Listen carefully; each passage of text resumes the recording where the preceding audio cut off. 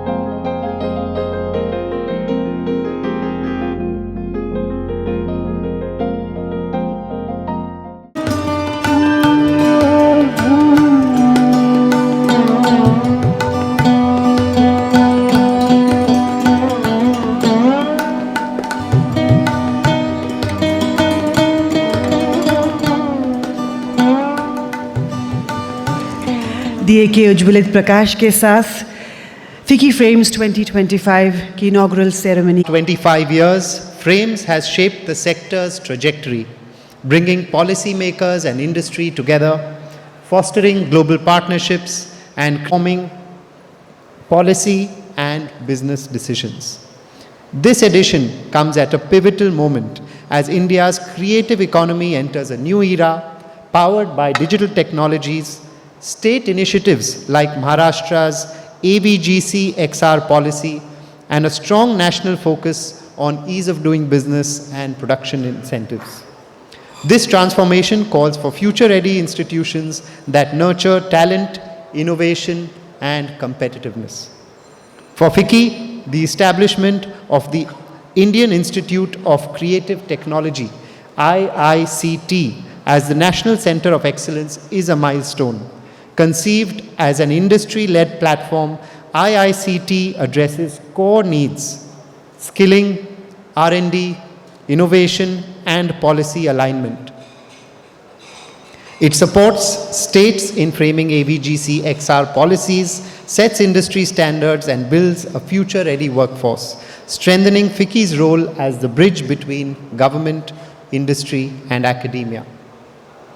As the voice of Indian industry, FICCI is proud to convene Frames as a platform for new ideas, partnerships, and collective growth. I thank the Government of India. On behalf of FICCI, I warmly welcome you to Frames 2025. May this Silver Jubilee inspire bold ideas, lasting collaboration, and renewed commitment to the future of Indian media and entertainment. Thank you. Thank you, Mr. Anand Goenka. Ladies and gentlemen, with 3,000 plus participants, 200 plus speakers, 50 plus sessions, and 100 plus international delegates, FICCI Frames is the leading forum for stakeholders across the entertainment spectrum this side of the world.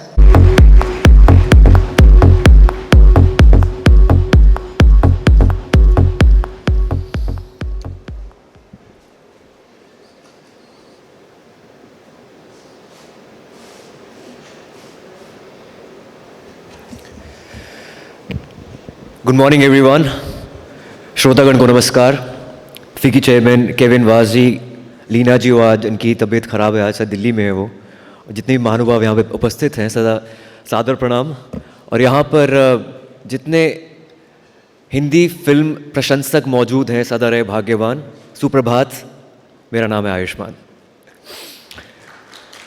This year is a milestone year. We are celebrating 25 years of ficci-frames. जी हाँ, Silver Jubilee है. A big hand for ficci-frames. They have shaped the Indian entertainment and film industry in the past 25 years. The theme of this special edition year is Silver Jubilee of Vision, Voices and Creativity. It makes me very proud today to stand here as the ambassador for ficci-frames, and that has acted as a unifier between all amongst us and bringing all the creative people together under the same roof. As someone who's arrived to Mumbai from Chandigarh with dreams in his eyes, I think it's a great moment for me right now. जो कहानियाँ कही जानी चाहिए थी, जो सामाजिक विषयों पर वार्तालाप होनी चाहिए थी, वो पिछले 10 सालों में मैंने अपने फिल्मों के ज़रिए कही है. And this is my humble contribution as an artist towards nation building. Today, Indian stories and talents are bringing us global recognition, with FICCI at the forefront, acting as a catalyst for change. We have more than 1 billion stories to tell, and today is our time. 25 साल हो चुके हैं, 250 से अधिक और जीने हैं. A blessing for long life for ficci-frames. Ayushmann Bhava.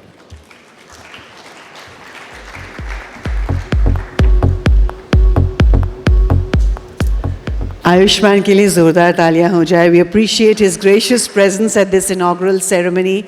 And yes, Ayushman, आपने वही कहानियां कहीं जिन्हें सुनने की भारत को अब ज़रूरत है. And kudos to you for that. Thank you. Honorable Minister is leading Maharashtra's cultural affairs and information technology sectors. Sir, please.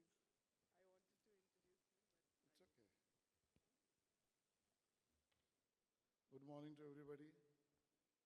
Distinguished guest, Secretary Jaju ji, FICCI Chairman Harshvardhan ji, Kevin Vaz ji, Anand Goenka ji, AyushmannKhurrana ji, ladies and gentlemen, Ashish Kulkarni ji, Arun Puri ji, Sandhya ji, Namaskar. I am very well aware that within no time our Honorable Chief Minister is going to be arrived here. And therefore within no time I have to complete my speech. I am honored to come today in my twin capacity city Mumbai to all of you as a Guardian Minister and Maharashtra's Culture Minister to this ficci-frames 2025 conference, which celebrated its 25th year of journey today, and the continued rise and growth of India's global trend setting media and entertainment industry. I congratulate Team FICCI for this pioneering initiative and carrying forward this initiative year after year.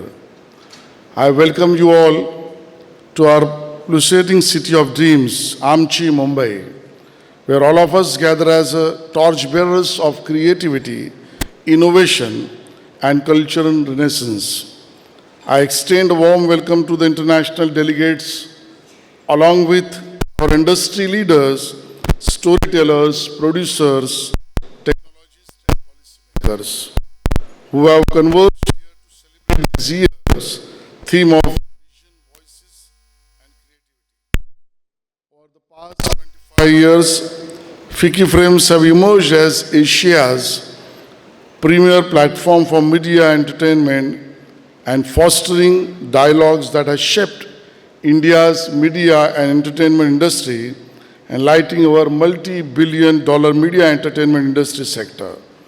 In Maharashtra alone, the media entertainment sector contributes over 2 lakh crore to our GDP, employing millions and exporting our narratives to every corner of the globe. But we stand at a pivotal crossroads. The rise of AI, virtual reality, streaming platforms demands that we reimagine our thinking and thought process for the entertainment and social impact. We must innovate with the technologies that amplify regional and local voices, giving space to award-winning Marathi cinema to local stories alongside national connect. We need to strengthen the collaborations that bridge urban studios with rural talents, imbibing creativity in every frame. and above all, empowering the next generation and our young directors, writers and animators who are ready to script India's next chapter on the world stage. The government of Maharashtra is committed to supporting the growth of our media and entertainment industry. Our government rolling out initiatives like Maharashtra Film Policy, establish our new film cities across Maharashtra with the central government and ISCT to equip our youth and creators with necessary skills, and the annual Waves Summit platform, which will firmly establish India as one of the leading hubs of the world media and entertainment industry. I am confident that the coming years, the initiatives like this and the energy of our industry will see India rise as world's leading creative economies, and that ficci-frames 2025 will not just an event, but a forum that elevates India's creativity, voice to unparalleled heights. I welcome and thank you all once again and joining us here today. Jai Hind, Jai Maharashtra. Get CM very fast here. Thank you very much for a great inaugural session. Thanks so much. आप सबका बहुत बहुत धन्यवाद. Take your seats in the front tables. Ladies and gentlemen, Maharashtra, the state, has been central to the place in Indian cinema. Hindi cinema's hometown, and may I add, the heart of Indian cinema, particularly for Indian Hindi cinema and Indian Marathi cinema.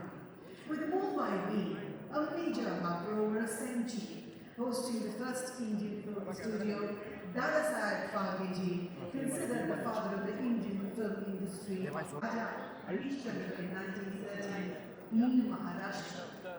Marathi cinema holds the distinction of being India's oldest. Maharashtra include Harishchandra Sakaram Akadekar and the Patna family of Kalyan. So much history right here on Maharashtra.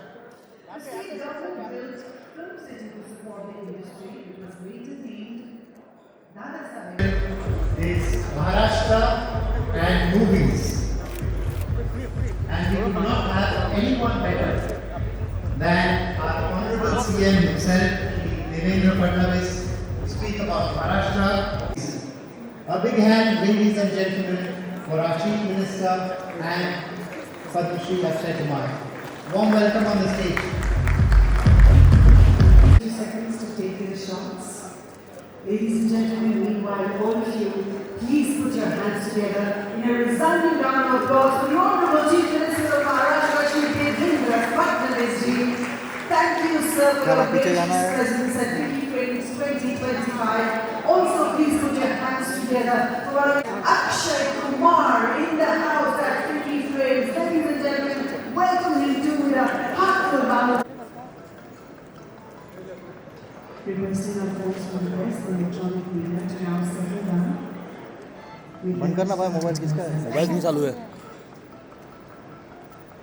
Media जनों से request है या तो कोई जो पीछे जितने भी खड़े हैं बैठ जाइए क्योंकि now the audience cannot see us and we can't see the audience. Please a request. हमारा दो जन अभी भी खड़े हैं मराठी में बसा की मैम आगे बैठ जाइए चलेगा पीछे थैंक यू मिलेगा पीछे से अरे मिलेगा आराम से मिलेगा हाँ चलो पीछे एम्प्रेस मिलेगा खाली Well, good morning. It's a lovely day. 25 years of FICCI. We all here gathered. हमारे साथ हमारे चीफ मिनिस्टर साहब हैं और आज मुझे मौका मिला है ये ज़िंदगी में मेरा सेकंड टाइम है जो मैं किसी का इंटरव्यू ले रहा हूँ. पहली बार मुझे मौका मिला था प्रधानमंत्री जी का इंटरव्यू लेने के लिए और अब मुझे हमारे चीफ मिनिस्टर साहब का इनका इंटरव्यू लेने का मौका मिला है. तो सर मैंने उनसे एक क्वेश्चन किया था प्रधानमंत्री जी से कि आप आम कैसे खाते हैं तो लोगों ने मजाक उड़ाया था लेकिन सर मैं नहीं सीखूंगा. आप नागपुर से हैं और Nagpur is very famous for the mangoes तो सर मैं आपसे ये पूछना चाहता हूँ, आपको मैंगो नॉट मैंगोज ऑरेंजेस, तो आपको सर ऑरेंजेस अच्छे लगते हैं? बिल्कुल अच्छे लगते हैं, बहुत अच्छे। सर आप उसे वो कैसे खाते हो, छील के खाते हो या उसको जूसर में डाल के जूस पीते हैं? मैं आपको नई पद्धति बताता हूँ। ये जो ऑरेंज होता है ना, उसको पील किए बिना और उसको कट करके 2 भागों में आप कर दीजिए, उसके ऊपर थोड़ा नमक डाल दीजिए। मतलब उसको पील करके? हाँ, जस्ट काट दीजिए। ओके, जैसा कि वैसा। लाइट वाला क्या कर रहा है? और सब रहने दीजिए, डोंट पील इट। उस पर थोड़ा नमक डालिए और फिर जैसे आम खाते हैं वैसे उसको खाइए। कवर मत।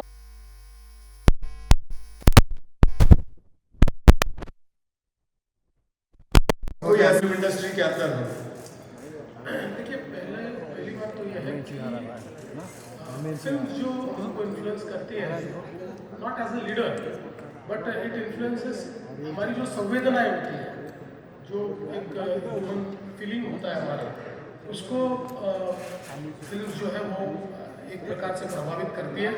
तो ऐसे कई फिल्मों ने मुझे प्रभावित किया है। लेकिन जहाँ तक आप पॉलिटिक्स की बात करेंगे तो एक फिल्म है जिसका मैं जिक्र करना चाहूँगा कि उस फिल्म ने मुझे प्रभावित तो किया, लेकिन उस फिल्म ने मेरे लिए इतनी समस्याएं बढ़ाई, और वो फिल्म है नायक। हाँ, उस नायक फिल्म में अनिल कपूर जी एक दिन के चीफ मिनिस्टर बन के दिन भर में इतने काम कर देते हैं, तो मैं कहीं पर भी जाता हूँ तो लोग मुझे कहते हैं नायक जैसा काम करो। देखो एक दिन में कितना उन्होंने कर दिया, कैसे एक दिन में उन्होंने दुनिया बदल दी। तो मुझे एक दिन अनिल कपूर जी मिल गए, मैंने उनको कहा क्यों बनाई हुए नायक, आप नायक और हम नालायक, ऐसा लोगों को लगने लग गया। एक दिन में इतनी सारी चीजें कैसे आपने कर दी उसके अंदर। तो मुझे ऐसा लगता है कि एक बेंचमार्क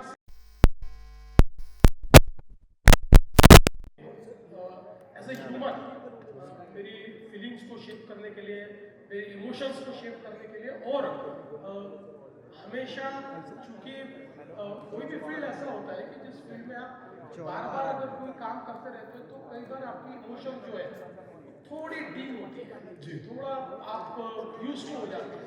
तो उन इमोशंस को जिंदा रखने का काम ये फिल्मों ने किया है, और मैं ऐसा मानता हूँ कि फिल्म देखने के बाद मैं वही एक नॉर्मल आदमी बन जाता हूँ जो मैं सालों से हूँ। सर आपने जैसे बताया कि नायक फिल्म के अंदर अनिल कपूर जी एक दिन के लिए चीफ मिनिस्टर बन जाते हैं। सर अगर आपको मैं पूछूं कि एक दिन के लिए आप फिल्म के एक डायरेक्टर बन जाएं और फिल्म का नाम हो महाराष्ट्र, तो पहला सीन आप क्या पिक्चराइज करेंगे? मुझे ऐसा लगता है कि अगर महाराष्ट्र में फिल्म बनती है तो पहला सीन होगा जिसमें छत्रपति शिवाजी महाराज ये राज्याभिषेक के लिए बैठे होंगे, और इतने सालों की गुलामी के बाद फिर एक बार स्वराज्य का निर्माण, यही उसका पहला सीन। तो सर मैं आपसे एक और चीज पूछना चाहूंगा, जैसे बॉलीवुड में हमारी हिंदी, आपके हिसाब से पॉलिटिक्स के रियल हीरो कौन है? देखिए, आज अगर हम लोग भारत को अगर हम देखें तो भारत के इस पूरे पॉलिटिकल हिस्ट्री में हमको रियल हीरो के रूप में हमारे प्रधानमंत्री नरेंद्र मोदी जी दिखाई देते हैं, और वो इसलिए दिखाई देते हैं कि he has walk the talk. जो चीज़ें हम लोग कहते थे, भारत से गरीबी हटाओ का नारा ये लगातार लगता रहा, लेकिन 10 साल में 25 करोड़ लोगों को गरीबी से बाहर निकालने का काम ये मोदी जी ने किया। हम लोग फ्रेजाइल 5 इकोनॉमी से फर्स्ट 5 इकोनॉमी में आया, हम दुनिया की चौथी सबसे बड़ी अर्थव्यवस्था बन गए, जल्दी तीसरी सबसे बड़ी अर्थव्यवस्था बन गए। आज चाहे वो टेक्नोलॉजी का क्षेत्र हो, चाहे वो डिफेंस मैन्युफैक्चरिंग का क्षेत्र हो, चाहे वो एवीजीसी का क्षेत्र हो, हर क्षेत्र में भारत वर्ल्ड से कॉम्पीट कर रहा है। तो मुझे ऐसा लगता है कि हमेशा हम लोग जब छोटे थे तब से हम कितने महान थे इसकी कहानियां सुनते आए, लेकिन हम महान कब बनेंगे ये हमको कोई बताता नहीं था। Now we know that we are on the path. 2047 में विकसित भारत, ये महान भारत का चित्र अब हमारे सामने है, और उस चित्र को लाने वाले हमारे प्रधानमंत्री नरेंद्र मोदी जी हैं। बहुत खूब, बढ़िया। तो सर बताइए, आज ये फिक्की का प्रोग्राम है, तो इसके अंदर एक ऐसा प्रश्न पूछना चाहता हूँ सर आपको कि अगर आपको एक एलिवेटर पिच, यानी कि एक क्विक लेकिन ज़बरदस्त पिच देनी हो कोई इंटरनेशनल स्टूडियो को महाराष्ट्र में बिजनेस करने के लिए, तो वो पिच क्या, वो क्या बात आप उनको कहेंगे कि वो इंटरनेशनल स्टूडियो यहाँ आए?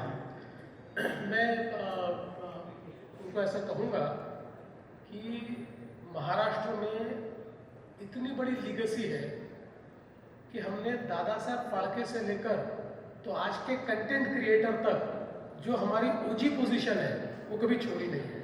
और इसलिए महाराष्ट्र ही ऐसी जगह है जो इन रियल सेंस एक एंटरटेनमेंट का कैपिटल है, ये कंटेंट का कैपिटल है। और इसलिए if somebody wants to come, somebody decides to come, they should come to Maharashtra, क्योंकि यहाँ पर केवल इकोसिस्टम नहीं है, यहाँ पर वाइब्रेंसी है, यहाँ पर लोग ऐसे हैं कि जिन्होंने सिनेमा को जिया है, जिन्होंने सिनेमा के जो अलग अलग एंगल्स होते हैं, सिनेमा में जो अलग अलग रोल्स होते हैं, बिहाइंड द सीन जो रोल्स होते हैं, इन सबको जीने वाली पीढ़ियाँ ये महाराष्ट्र में मौजूद है। इसलिए आप महाराष्ट्र आइए, ये मैं पीछे। मैं आपको बताऊं, 4 दिन पहले मैं कोलाबा जा रहा था जू से, और मैं करीबन 35 मिनट में पहुंच गया। And that is due to the infrastructure what you have created in Maharashtra. मुझे याद है कोलाबा में शूटिंग होती थी, मैं जू पे रहता हूँ, मैं शेव करके निकलता था, वहाँ पहुँच के मुझे फिर शेव करना पड़ता था, इतना वक्त लग जाता था। तो अब मैं बहुत जल्दी पहुँचने लग गया हूँ। आपने साउथ बॉम्बे पहले अलग होता था, नॉर्थ बॉम्बे अलग होता था, आपने इन दोनों बॉम्बे को मिला दिया, दोनों मुंबई को मिला दिया, and now we are one Mumbai because of the infrastructure what you have created. तो ये इस पे तो आपने सर इतना बढ़िया काम कर रहे हो और हो रहा है।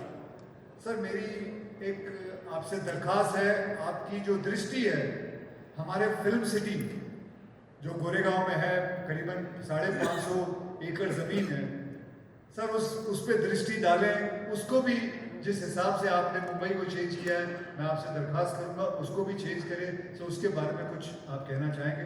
बिल्कुल, आपने बहुत ही अच्छी बात कही है। देखिए, एक रिग्रेट जो मेरा है अपने लिए वो ये है कि during my tenure between 14 and 19 मेरी बड़ी इच्छा थी कि मैं फिल्म सिटी को एक बहुत ही वाइब्रेंट इंटरनेशनल फिल्म इकोसिस्टम में परिवर्तित करूं।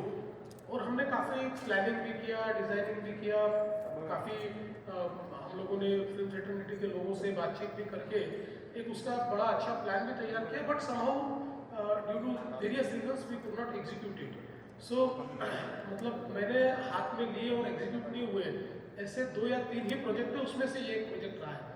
लेकिन नाउ इन दिस रेजिम ये मैंने तय कर लिया है कि इस फिल्म सिटी को एक वर्ल्ड क्लास, टॉप क्लास जो फिल्म इकोसिस्टम है उसमें हम लोग कन्वर्ट करेंगे। वैसे भी अब हमारी फिल्म सिटी में IICT आ रहा है, तो Indian institute of creative technology, और उसके साथ साथ अभी बहुत अच्छे स्टूडियोज जो स्टेट ऑफ आर्ट है, जो क्योंकि फिल्म मेकिंग तो पूरा बदल रहा है अभी, VFX के कारण बहुत सारी चीज़ें बदल रही है, पोस्ट प्रोडक्शन और एडिटिंग में बहुत बड़े पैमाने पर बदलाव आ रहा है। AI भी बहुत मुझे ऐसा लगता है कि फिल्म्स को प्रभावित कर रहा है। लोकेशंस कहीं पर भी क्रिएट की जाती है, ये जो हमारा हरा पर्दा होता है ये हर चीज़ को बदल देता है। तो ये सारी चीज़ों को अकाउंट फॉर करने वाला एक इकोसिस्टम हमको तैयार करना है, और उसके लिए हम लोगों ने ऑलरेडी तैयारी कर दी है। मैं ऐसा मानता हूँ कि with in a years time हम लोग ये ट्रांसफॉर्मेशन शुरू करेंगे, और उसके बाद के 4 सालों में इस पूरे एरिया को हम ट्रांसफॉर्म करेंगे। जैसे दुनिया में कई देशों में वहाँ के स्टूडियोज़ को, वहाँ की फिल्म इकोसिस्टम को, वहाँ के सारा कंटेंट क्रिएशन को एक आइकॉनिक ऐसी दुनिया में एक नाम मिला हुआ है, इसी प्रकार का नाम जो, चूँकि ये फिल्म सिटी ऐसे है कि देश की क्लासिकल फिल्में सारी जो ओल्ड क्लासिक्स है ये सब यहाँ पर शूट हुई है। लेकिन आज मैं जानता हूँ कि फिल्में वहाँ शूट होती है, लेकिन अलग अलग जगह भी होती है। आज अगर हम लोग मीरा भाईंदर की तरफ चले जाए तो इतने वहाँ पर बड़े बड़े ये स्टूडियोज तैयार हो गए, हालांकि वहाँ कोई बहुत सुविधाएं नहीं है, मतलब कई बार बिना सुविधाओं की भी वहाँ शूटिंग होती है। तो इसका सीधा कारण है कि जो इकोसिस्टम हमने देनी चाहिए थी वो हम नहीं दे पाए, इसलिए इस प्रकार की इकोसिस्टम मशरूम हो रही है। तो हम ये चाहते हैं कि इतना बड़ा हमारे पास फिल्म सिटी है, इस फिल्म सिटी को टोटली ट्रांसफॉर्म करना चाहते हैं, और मैं आपको I would like to assure you that in years time will start. That is great. सबसे अच्छी न्यूज़ है कि हमारी फिल्म सिटी जो है गोरेगांव में 4 साल के अंदर काफ़ी कुछ बदलाव आ जाएगा। एंड आज chief minister has promised us. Sir मैं एक और बात पूछना चाहूँगा। सर मैं मराठी सिनेमा का बहुत बड़ा फ़ैन हूँ। सर मैं समझता हूँ जिसका मतलब screen play story, Marathi cinema की जो स्क्रीन प्ले स्टोरीज और जो किस्म के मुद्दे उठाते हैं, मैं ज़्यादा करके जगहों पे नहीं देखता। I think they are the one of the best. Sir तो मैं ये जानना चाहूँगा सर, जेन ज़ी में इसे पॉपुलर बनाने का आपका कोई प्लान है कि इसको कैसे पॉपुलर बनाया जाए? और दैट्स इट सर। नहीं, बहुत अच्छा प्रश्न आपने पूछा, और मैं आपको कहना चाहता हूँ कि मराठी फिल्म ये इतनी ताकतवर क्यों है। इसका एक कारण है कि मराठी थिएटर ने इसको ताकतवर रखा है। आज भी अगर हम देखें तो देश में जो हमारे भाषाई थिएटर्स हैं, चाहे वो हिंदी हो या अलग अलग भाषाओं के थिएटर्स हो, इसमें कहीं ना कहीं हमको थोड़ा सा एक ऐसा लगता है कि समहाउ दे आर, मतलब उनकी शीन थोड़ी कम हो रही है, ऐसा हमको ध्यान में आता है। पर मराठी थिएटर इतना इनोवेटिव रहा है कि उसने मुझे ऐसा लगता है कि एक क्रिएटिविटी की या अभिव्यक्ति की जो मिसाल मराठी थिएटर ने कायम की। और आज भी आप देखिए मराठी जो हमारे ऑडियंस भी है वो भी बड़ा वाइब्रेंट ऑडियंस है। आज भी महाराष्ट्र में इतने मराठी नाटक तैयार होते हैं, उन नाटकों को देखने के लिए आज भी भीड़ लगती है, हाउसफुल नाटक चलते हैं। कई लोगों ने तो 10-10 हज़ार शोज का वर्ल्ड रिकॉर्ड तैयार किया हुआ है। तो ये जो चीज़ें हैं, इसके कारण वही क्रिएटिविटी आज हमको मराठी फिल्म में भी देखने को मिलती है। और आपने जो कहा तो मुझे ऐसा लगता है कि आप देखिए नटरंग जैसा एक फिल्म आती है, या पुरानी जो थीम्स है उसके ऊपर फिल्म, अभी दशावतार का एक ये चल रहा है थिएटर में भी नए, मतलब जो बहुत ओल्ड इस प्रकार के सखाराम बाइंडर जैसा एक शो अगर शुरू हो जाता है तो उसको जेन जी भी मराठी की ये लाइक कर रही है। आज उसके ऊपर लोगों को वो चीज़ें पसंद आ रही है। तो मुझे ऐसा लगता है कि ये जो मराठी ऑडियंस है, स्पेशली जेन जी जो है, ये अभी फिल्मों से जुड़ रहा है। देखिए एक ये जो क्रिएटिविटी बड़े पैमाने पर जो मराठी में हमको दिखाई पड़ती है, उसमें निश्चित रूप से मुझे ऐसा लगता है कि उसको आज मतलब एक समय ऐसा था कि हमारे मराठी फिल्म्स को कई बार थिएटर मिलने में तकलीफ होती थी, और कोई ब्लॉकबस्टर फिल्म आ जाए तो मराठी फिल्म का रिलीज रोकना पड़ता था। पर आज ऐसी स्थिति है कि एक ही दिन 2 मराठी फिल्में रिलीज होती है और दोनों ब्लॉकबस्टर हो रही है, दोनों बिल्कुल लोगों को पसंद आ रही है। तो ये एक बहुत बड़ा काम हो रहा है। और हम भी एज ए गवर्नमेंट, हमारा भी ये प्रयास है कि हम लोग मराठी फिल्म इंडस्ट्री को मदद करें। इसलिए कई योजनाएं भी महाराष्ट्र सरकार की ओर से हम चला रहे हैं कि जिससे हमारी मराठी फिल्म इंडस्ट्री को बूस्ट मिले। लेकिन आपने एक बहुत अच्छा मंत्र मुझे दिया है। देखिए हमने कोई बहुत specific effort to connect gen Z with Marathi films हमने नहीं किया, और आज आपने मुझे एक नया मंत्र दिया है, how to connect gen Z to Marathi films. अब इसके ऊपर मैं वर्क करूँगा। सर आप महाराष्ट्र के चीफ मिनिस्टर साहब हैं, so you know the dark side of Maharashtra. आपको ऐसे ऐसे सीक्रेट्स पता है महाराष्ट्र के about the crime, everybody, the police reports to you, आपको सब पता है अंदर महाराष्ट्र में क्या क्या कहाँ क्या हो रहा है। तो सर एक मैं आपसे बात पूछना चाहूँगा कि आप फिल्में देखते हैं? बिल्कुल देखता हूँ। तो सर मुझे बताइए सर कि फिल्में जो है वो क्राइम को कॉपी कर रही है या क्राइम है वो फिल्मों को कॉपी कर रहा है? आप अंदर की बात जानते हो, आप ही को ये बात पता है। नहीं, मुझे ऐसा लगता है कि क्राइम फिल्मों से आगे निकल गया है। क्राइम फिल्मों से आगे निकल गया है, बिल्कुल। देखिए, जब तक स्ट्रीट क्राइम था तो स्ट्रीट क्राइम में लोग फिल्मों को कॉपी करते थे। लोगों को ऐसा लगता था कि फिल्म में अगर कोई बड़ा गुंडा दिखता है तो वो जो जिस क्रिमिनल माइंडेड लोग उस प्रकार का गुंडा, थोड़ा हीरोइक गुंडा बनने की कोशिश करते थे, रॉबिन हुड बनने की भी लोग कोशिश करते थे। लेकिन अब जो है ये साइबर क्राइम का ज़माना है और ये साइबर क्रिमिनल्स इतनी तेजी से टेक्नोलॉजी को अडॉप्ट करते हुए आगे बढ़ते हैं कि आज हम लोगों के सामने एक बड़ा क्वेश्चन मार्क ये साइबर क्रिमिनल्स ने खड़ा किया है। हालांकि उसका जवाब भी टेक्नोलॉजी में ही है और हमने वो टेक्नोलॉजी को तैयार किया है। तो मुझे अब लगता है कि आने वाली फिल्मों में हमारे जो हीरोज़ हैं, ये हीरोज़ साइबर वॉर को एक प्रकार से जीतने वाले हीरोज़ बनने चाहिए। वो साइबर वॉर को या साइबर क्राइम को रोकने वाले हीरोज़, ये हमको साइबर क्राइम पे फिल्म बनानी चाहिए। बिल्कुल बिल्कुल बनानी चाहिए, क्योंकि देखिए जिस प्रकार से साइबर क्राइम का एक आक्रमण हमारे ऊपर हो रहा है, आज मैं ऐसा मानता हूँ कि हमारी जो पुलिस फोर्स है, उस पुलिस फोर्स में हमको पूरा ओरिएंटेशन चेंज करना पड़ रहा है। हमारी पुलिस फोर्स को अब ये ध्यान में लाना पड़ रहा है कि नाउ स्ट्रीट क्राइम ये बहुत आसान चीज़ है, इसको पकड़ना वगैरह।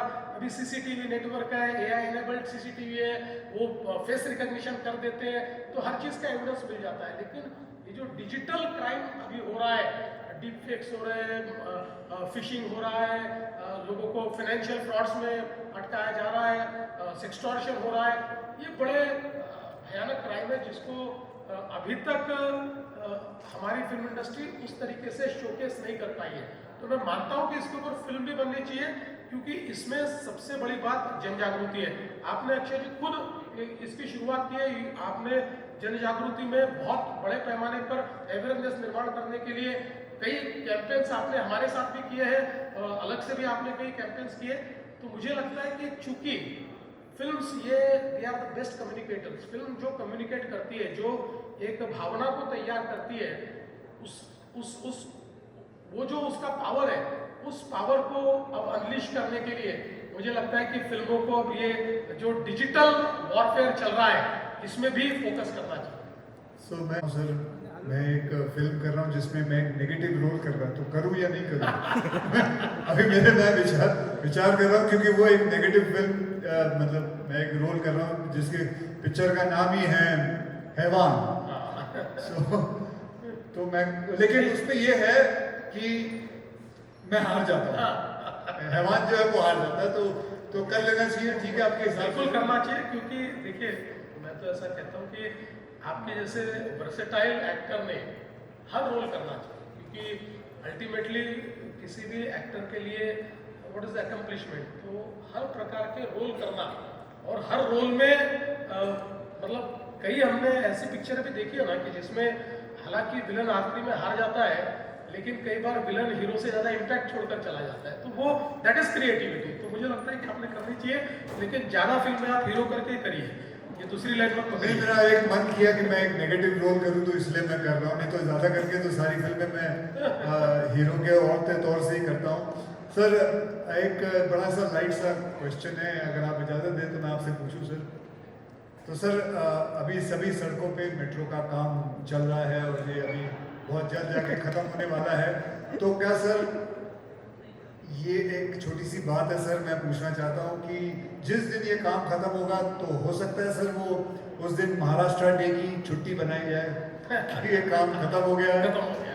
बिकॉज सब, I am sure we are going through all the traffic jams and all, but after every night comes the day and we are all waiting for that day कि सब काम खत्म हो जाए। वैसे तो काफ़ी जगहों पे काम खत्म होना शुरू हुआ। मैं ये कह रहा हूँ कि जब सब काम खत्म हो जाए, सब खत्म हो जाए, तो हमारे चीफ मिनिस्टर साहब एक दिन अनाउंस कर दें कि this is the Maharashtra day, जब छुट्टी मिलेगी। ऐसा हो सकता है? आपने बहुत अच्छी बात कही है कि बहुत बड़े पैमाने पर मुंबई में काम चल रहा है, और I take this opportunity to actually apologize all the Mumbaikars for what they are going through in the traffic. लेकिन it is for good, क्योंकि जैसे हमारे मेट्रोज, उसके बाद हमारे टनलिंग का काम चल रहा है, बहुत बड़े पैमाने पर हम लोग अंडरग्राउंड रोड्स तैयार कर रहे हैं, टनल्स तैयार कर रहे हैं।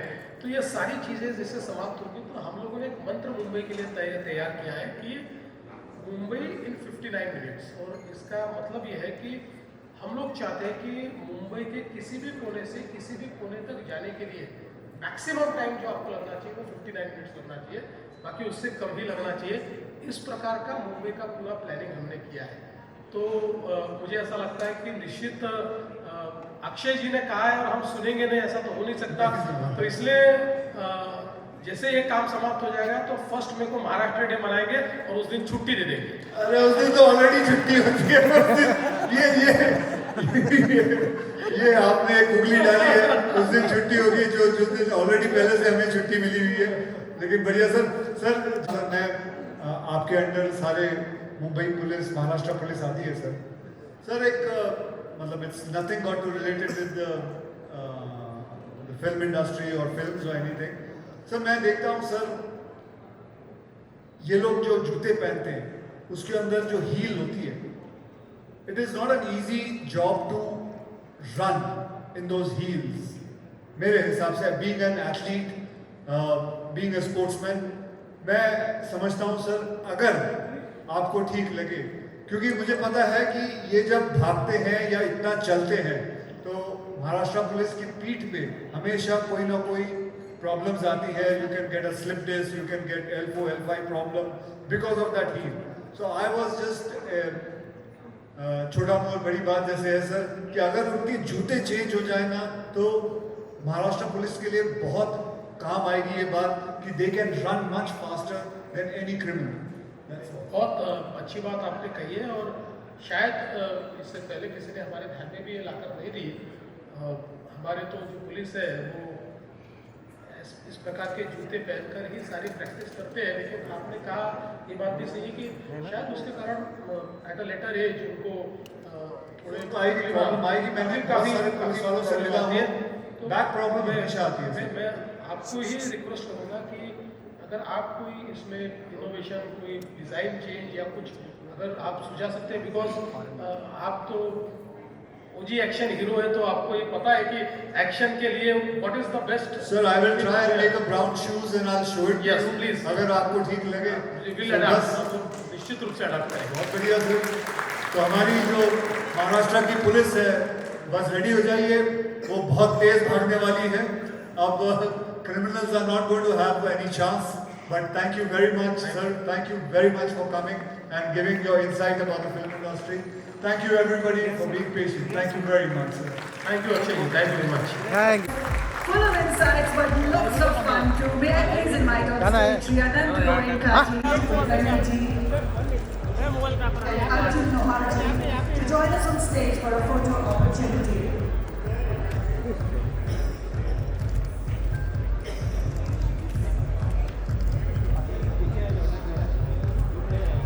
Of ficci-frames, we thank the Honorable Chief Minister Shri DevendraFadnavis for gracing this occasion. One group picture, sir. One group picture. Sir, come close. Akshay Kumar insightful conversation on this speaking stage. And of course, we thank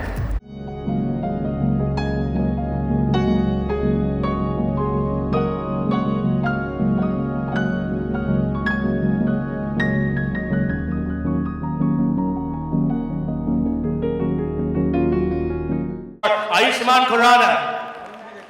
Hi everyone, thanks for this amazing introduction. I've never heard you speak in Hindi that much. यारों का यार, स्टारों का star. और बात करते हैं हिंदी में, ऐसा भी क्या है? हिंदी सिनेमा पे लिखते हैं तो थोड़ा हिंदी तो बोल ही सकते हैं। मुझे पता है बिहार से हैं। बिहार से भी है। But you know, I have to say the session today is titled Beyond Stardom Disruption, and that's what we'll talk to you about Ayushmann. And सबसे पहले तो मैं आपसे ये पूछ लूँ थोड़ा हिंदी में ही कि अगर कोई प्रोडक्ट को डिज़ाइन करते हैं हम या कोई ऐप डेवलप करते हैं तो you know there is a problem and then you solve that problem. But when it comes to cinema and story telling, Ayushmann, is there a formula for disruption? Because it's about emotions, it's about connecting with large number of people, with stories as it were. Is there a formula? We are in the business of selling emotions, that's for sure. There is no formula, the only formula is to break every formula. That's what I feel. There's another formula that the formula changes every 5 years because whatever is relevant right now may be completely irrelevant 5 years down the line. At the same time, there's another formula of staying rooted as much as possible. Be Indian to stay relevant because हम India को कहानियाँ बेच रहे हैं. तो I think जितना आप हिंदुस्तानी रहेंगे, जितना grassroots level से connected रहेंगे, I think that's the formula.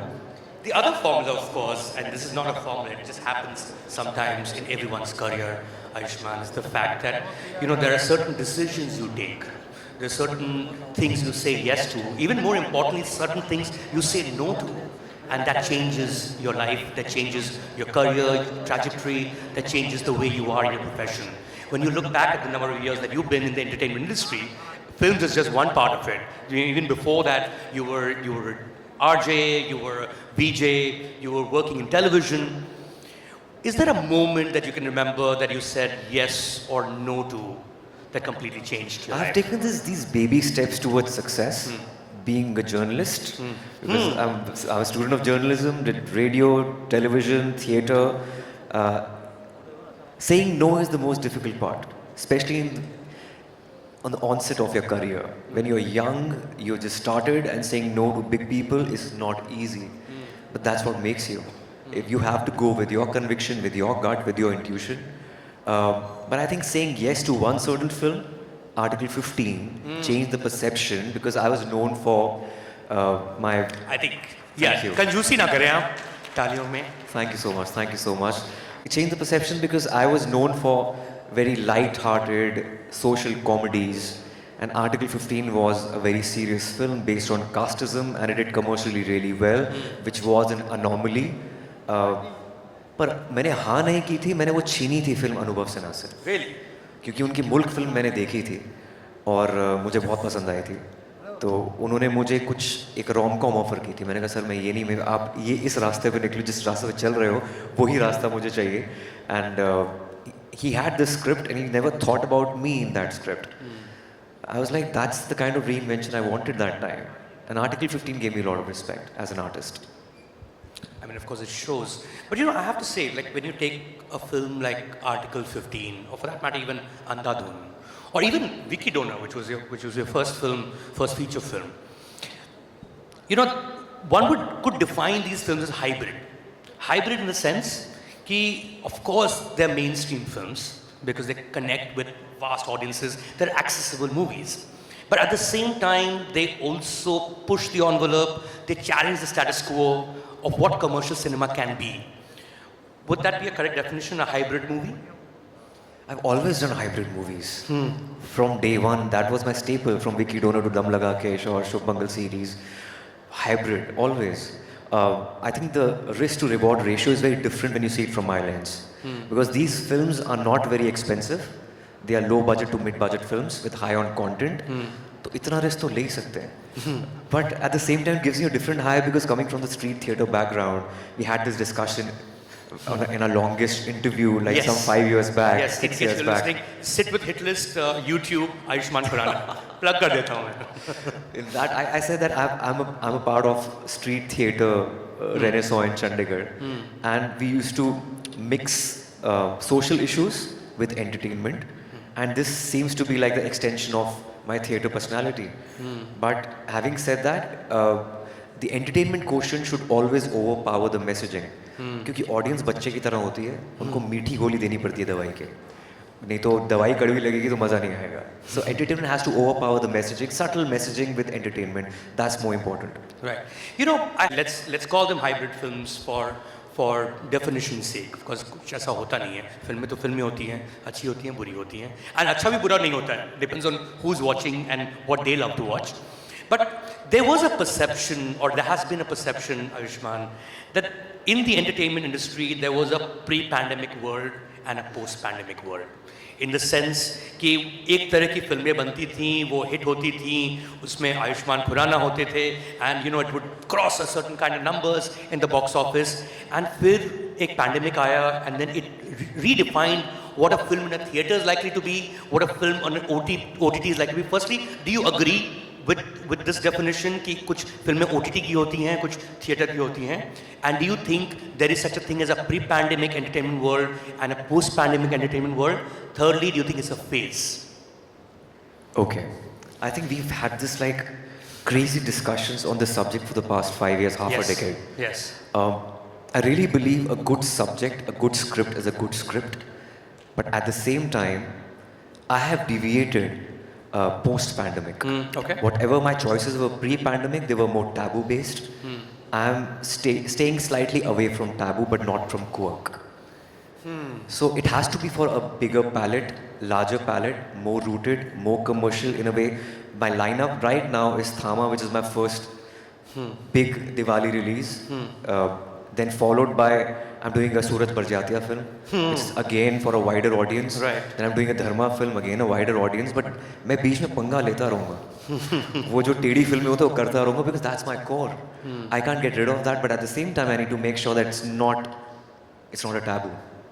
It could be quirky for sure. So it has tell to me be the difference different. Taboo could be a film on erectile dysfunction. Shubh Mangal Savdhan is taboo. Ji. A commercial film on LGBT is again taboo for the mainstream audience. But at the same time, if you go with Badhai Ho, that's more commercial. It's quirky, taboo, yet quirky, but more commercial. Because that happens in India. A 50-year-old, 55-year-old woman may get pregnant. It happens. It's so anything which is not an anomaly, which goes with a wider palette, it's more commercial and more theatrical. But taboo films can go for OTT. But that's the irony. We need to reach those kind of films need to be reached to the grassroots level. तो वो पंगा जैसे मैं role लेता रहूँगा बीच में, you have to balance it out. I think one tends to forget one of the biggest hits that someone took, and here I mean the opposite of a hit, is you during the pandemic. I mean, Gulabo Sitabo was a film that had to go directly to digital. It was supposed to be a theatrical release. Would Gulabo Sitabo be taboo or quirky? गुलाबो सिताबो अमिताभ बच्चन है, आयुष्मान खुराना है। मुझे काम करना था अमिताभ बच्चन के साथ और मेरे गुरु की फिल्म है शुजित सरकार की, तो फिल्म मुझे करनी ही थी. वो उस लेंस से मैं देख ही नहीं रहा हूँ कि वो टैबू है, क्वर्की है, कमर्शियल है, नहीं है. अगर दादा ने बोल दिया है फिल्म करो तो करो, because he is given my first, he is my guru, I have to do this for him. That makes complete sense. Of course, your next one is the big one, Thama. Everyone's excited. They've seen the trailer, they've seen the teasers. They're excited without having seen the film. You obviously made the film. What is it that you think will really excite the audiences when they actually go to the theaters? Well, Thama is a kind of a genesis. It carries forward the chapter, a new chapter in Maddock horror comedy universe. It's based out of Indian folklore. We've heard about Betals, and Thama is the most powerful Betal. And as I said earlier, this is my first Diwali release. मुझे 1 दशक से ज़्यादा हो गया है film industry में, पर अभी तक मेरी कोई फेस्टिवल रिलीज़ हुई नहीं. This is my biggest release in terms of scale and marketing and the kind of universe. I think is the most successful universe in the history of Hindi cinema and I am very excited about it. तो एक commercial film है, दिवाली की family entertainer है. And your molars are back हैं. दांत मैंने कटवा दिए. फिल्म के लिए रखे थे, वो निकल गया. But is that a recurring theme though? I mean, it's a common man in extraordinary circumstances that still becomes an AyushmannKhurrana film. But that's been a recurring theme through most of your films. Would that still be correct? हर एक का एक staple zone होता है. मेरा staple zone है common man का. I think we need to celebrate and champion common folk with their idiosyncrasies and their flaws. And I think there's certain heroism in it. वो relatable होता है and it's very encouraging for a common man. And me coming from like a 2-tier city, I think I've lived that life. I have had a very diverse upbringing. मेरे खानदान में अमीर से अमीर और गरीब से गरीब लोग हैं एक्सटेंडेड फैमिली में. तो वो बहुत डाइवर्सिटी के साथ लिव्ड इन एक्सपीरियंसेस होते हैं ज़िंदगी के, जो आई थिंक पर्दे पे हम उतारते हैं एज एन आर्टिस्ट. आयुष्मान, आपने खानदान का जिक्र किया. And I have to say, from the Khurrana family, there's another huge Khurrana on the scene. You were talking about Maddock horror comedy universe. There's already a boy in that universe from Stree 2. That's Apar Shakti Khurrana, your brother. he did Jubilee in 2023, which I thought was fabulous, loved by everyone who's watched it on Amazon Prime Video. What's it like to have a sibling in the same profession? I think it's beautiful. He never wanted to be an actor to to begin with. He wanted to be a cricketer. He was Haryana captain of under 19. Oh, really? Yeah. He's played nationals. A batsman or a bowler? Yeah. Huh? Batsman or bowler? Batsman, opening batsman and a crazy slip fielder. But suddenly he wanted to be an actor. And he's such a natural because of his upbringing. He's played for Haryana. He knows Haryanvi, Punjabi, all the languages, very rooted. And I was not surprised in Jubilee because मुझे पता था उसके अंदर वो है. He was always known for his comic timing, but he surprised the world with Jubilee with this serious, Bengali character, and I loved him completely in Jubilee. I'm so proud of him. I have a theory about the elder one always tends to do better, purely because एक first mover advantage होता है, except in sports, because you mentioned cricket, because the younger one has actually played with the older one from a very young age. But of course, he's just starting out. This is about you.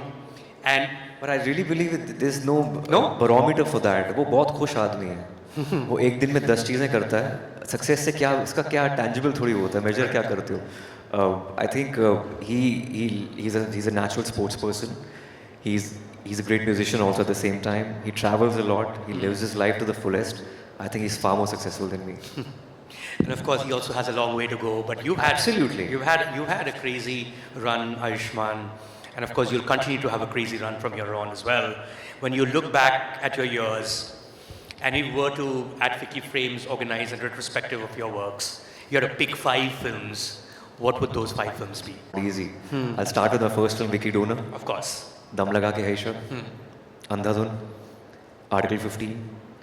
I don't know about Shumangal series or Dream Girl, but there's an underdog film called Action Hero. I'm really proud of it. And I hope Thama makes to the list when you watch it this Diwali, 2 weeks from now. Yeah. Which will be a commercial success, I hope, and I wish the movies that you mentioned have also been very widely loved. There's one that you missed, I think, and which I think is developing a cult of its own over the years, and I learn it from young people, is a movie called Meri Pyari Bindu. It's one of those films, and I really hope that you continue to do these amazing movies, AyushmannKhurrana. Ladies and gentlemen, please give it up for AyushmannKhurrana. Thank you so much. Thank you so much. Thank you, Mayank. It's always a pleasure talking to you.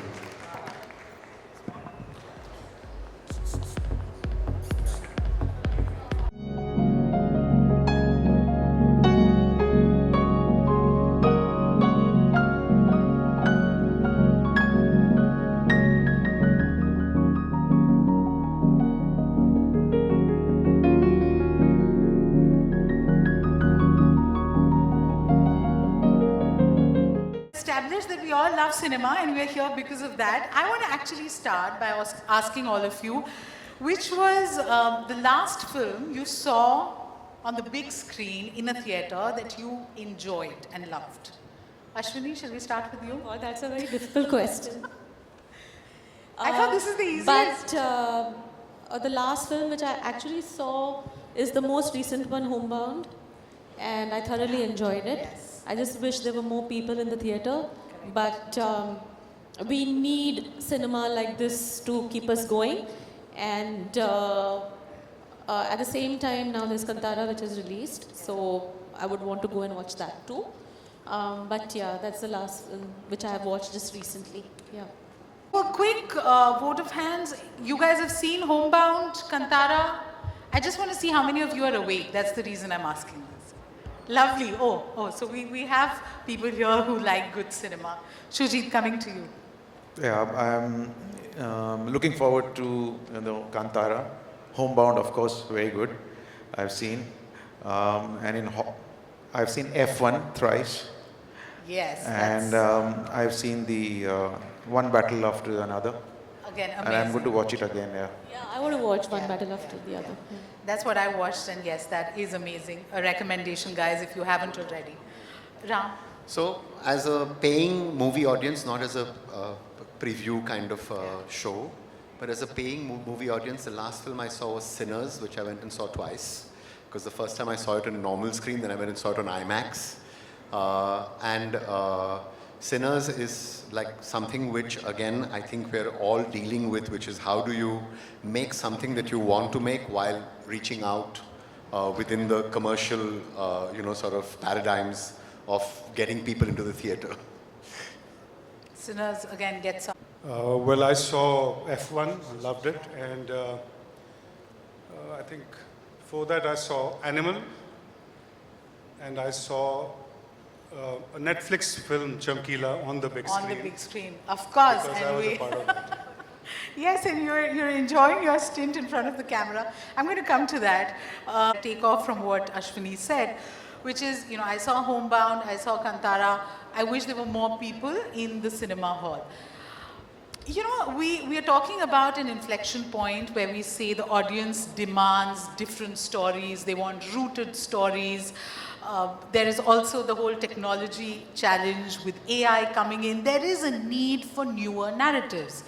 But when that is offered, do you think you are seeing the results that you would like to see? And if not, what, you guys are brilliant filmmaking minds, but what do you think is the biggest challenge that that's not happening? Any one of you could start.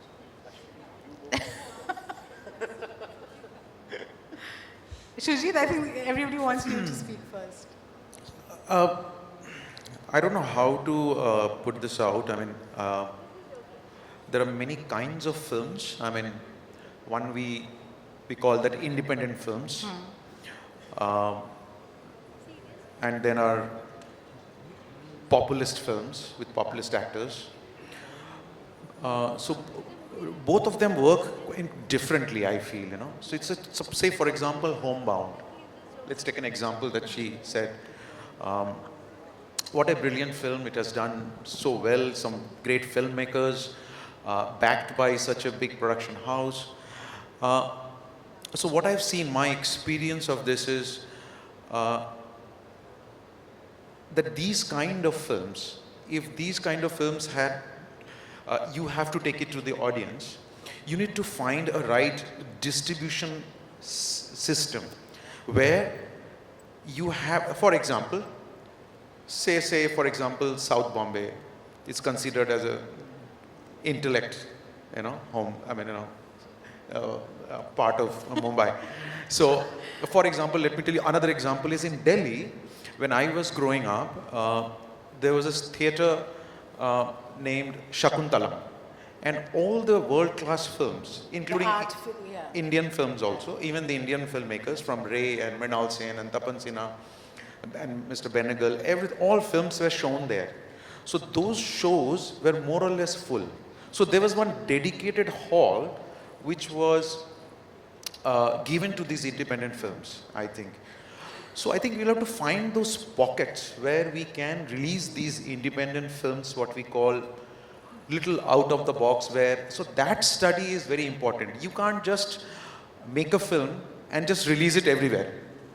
Right. Because I think the problem is not, in my case only I'll tell you, the problem is not about the theatre when it's full. Problem is when the theatre is empty. So that's when it hits you. The balance sheet is then, reverses. We get more towards the empty hall. Right. So I think it's finding the right audience and pockets, which in today's time you can do, and you can release them. You can't just generally release them. Right. Especially I'm talking about these films like Homebound and these independent films. बाकी populist film के लिए तो कोई problem नहीं है, अच्छी कहानी होगी तो चले ही जाएंगे लोग.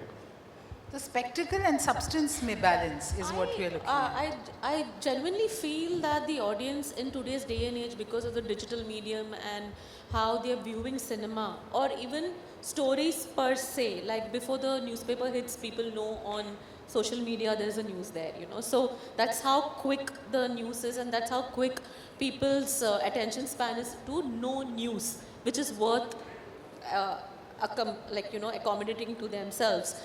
Similarly to movies, when they see a trailer and if they are aware that this is the director of the film, or this is the music of the film, or this is what it is, then they're already made up their mind whether they want to watch the film or they don't want to watch the film. I think that's what my research in terms of how audience is looking at films. So a film like Sayyara, with two new actors, but very talented ones, but with an amazing director like Mohit Suri, who has a track record of getting real depth characters in terms of falling in love, romance, young romance, and beautiful music, has an eye for the audience. So that time it is not about who's the actor or, you know, what is the size of the film or anything. It's just purely the sheer joy of going and watching this film in theatre. So do what you're good at, but do it with conviction. Yeah, do it with conviction is because I feel that the audience is very smart. They at one go know whether they want to watch this film in theatres or they'll wait for it to come on a platform. And they look forward. So how much ever we try to sell or oversell our stories, the audience has already made up their mind whether they want to watch this film or not. Okay. That's my reading. Yeah. Share some figures, okay? Because which is what I've been You know, I was looking. going to say your precision as a filmmaker is well known. I like that you've come with your armed with facts. This is only because, like, I'm one of those people who prepares because otherwise I feel very nervous. So what's happened from what from the reading that I have done is that between 23 and 24, we've had about a 6 to 8% drop in cinema. Okay, but OTT has gone up by 50 to 60%. Okay, SVOD is actually remained the same, and in fact is reducing. So more people are going on to YouTube, but less people are paying. Right. We've now heard the IMDb report which says that the star factor is not what it used to be. Yeah. We now know that the story diversity that is there within our country is now growing more and more in, you know, just the diversity of what the stories are. Now, it means that what do filmmakers like us do? Because we're in some ways been carving our own commercially experimental work. If I may call it that. We were called the middle cinema filmmakers. And it's good that you've got people like us on stage because, so how, is there any hope? Okay, what do we do? Am I going to make my next movie? So the good news is that at least from where I'm coming, in the last 3 or 4 months, there seems to be an excitement. Okay, so whoever I'm meeting, whether it's producers or actors, उन लोग को picture बनानी है. Okay, this is a big deal. It wasn't there last year. This year, people want to make movies. The other thing is that, from what the IMDb report tells me, directors and writers are the new architects of cinema. So, and not the stars. Wow. Okay, now that's a report that is telling me this. So I said, अच्छा, ये उन लोग ने research किया है कि there is some value for us. So we have the stars on stage. That's why we need to have Instagram and Twitter accounts also. Yeah. So there is hope. Then they're telling me that look, there is cultural impact which is long term. Okay, which is the top movie right now is Gangs of Wasseypur.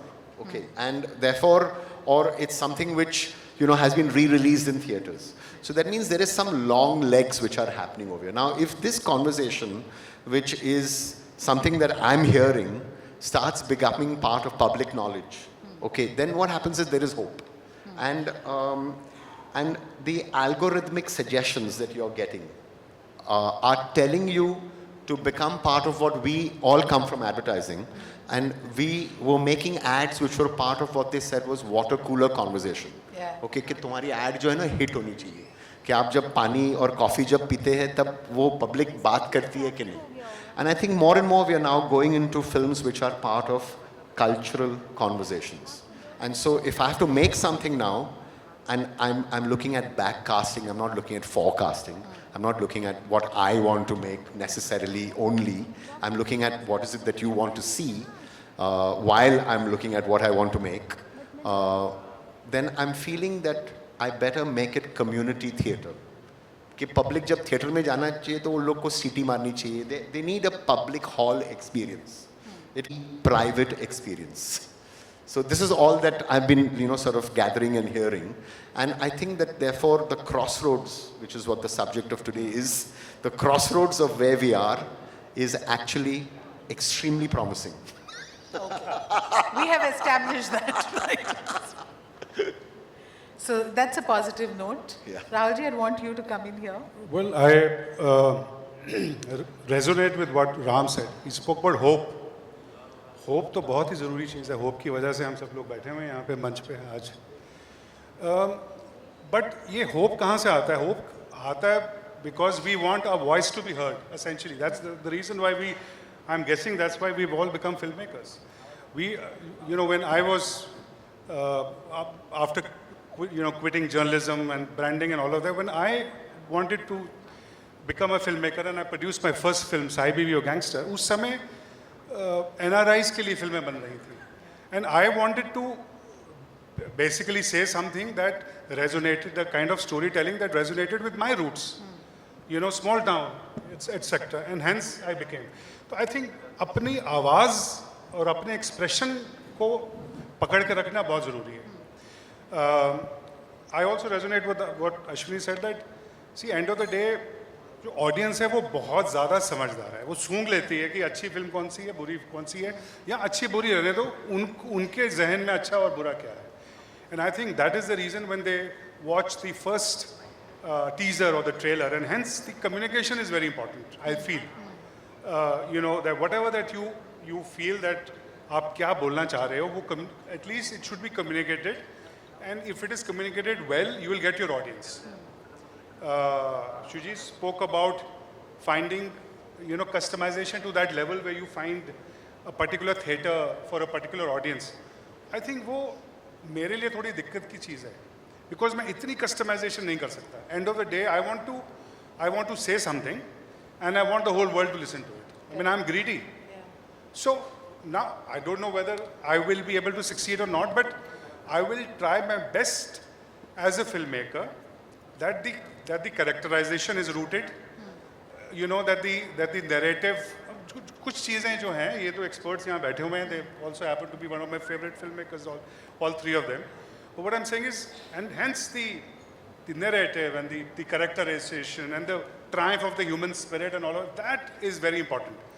And the South films doing so well, the changing palette of the audience. Also, the genesis lies in the changing behavioral patterns in the pandemic. We all know that. Right. We would definitely, when a story is decided and we want to see how we are approaching a story which comes to us, or we have an idea, because we have choices right now, we definitely do screen. I do screen whether this is a film which I would want to make it for a platform, or this is a cinematic approach as a theatre, theatrical approaches, because I feel happy that at least you have the choice right now. And because the choice is that I may have a beautiful idea, and that idea would be suitable for an audience who can come onto a platform at their will. So I don't have to force them to come to the theatre. But there would be a film which would be a spectacle, or something which is maybe so beautiful that I want it to be as a theatre release, is because it is a community viewing, and it needs that kind of first half and second half and the break in between. And that time I know that I would want my audience to come there and watch that film in a theatre and spend that kind of time. We also need to remember that gone are the days where there was only one form of entertainment. Now there are multiple forms of entertainment, right from getting the youngsters to get, and that is also a form of entertainment. We have sports, which is a huge form of entertainment, and so you're competing with a lot of other things for attention. And thanks to our country, who is kind of really getting into the whole idea of sports and sports viewing, and so much is happening. It was just not cricket. Now there's football also. Correct. And there is Olympics also, and there's women cricket team also. So everything is a form of entertainment. Plus there are amazing restaurants, and plus there are lots of malls. So when there are lots of malls, what do?